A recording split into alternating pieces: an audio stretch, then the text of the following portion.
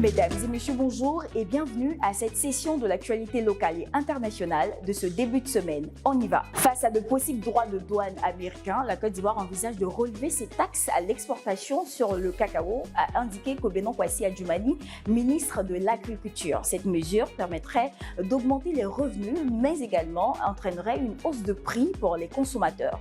Rappelons que le pays exporte chaque année entre 200 000 et 300 000 tonnes de cacao vers les États-Unis. Le 11 avril 2025, la NAGED a remis du matériel de salubrité à 11 communes de l'intérieur du pays dans le cadre de son programme d'appui aux collectivités locales. La cérémonie tenue à son siège à Ancré visait à renforcer la lutte contre l'insalubrité. Au Gabon, le général Brice Clotaire Oligui Nguema a été élu président du pays pour 7 ans. Il a obtenu 90,35% des voix selon les résultats globaux provisoires annoncés dimanche 13 avril par le ministère de l'Intérieur. Le Bénin et le FMI ont conclu un accord pour débloquer plus de 66 milliards de francs CFA d'ici juin, à l'issue d'une mission d'évaluation menée à Cotonou sur 2 programmes en cours. Au Congo-Brazzaville, les autorités ont lancé cette semaine une opération visant à retirer les épaves de voitures qui encombrent les rues de la capitale. Bien que la durée de l'opération ne soit pas précisée, elle est largement saluée par les habitants et les usagers de la route.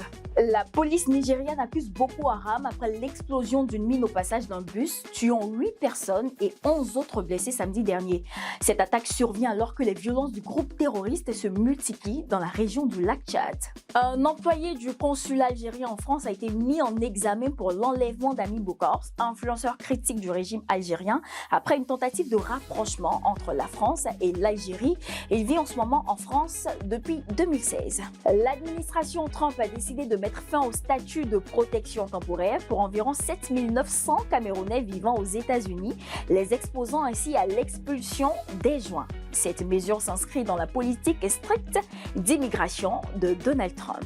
Mesdames et messieurs, voici ainsi égrené l'essentiel de l'actualité locale et internationale de ce début de semaine. Restez connectés sur le Live Matin du lundi au vendredi de 6h à 9h sur la 107.7. L'information comme tu l'entends.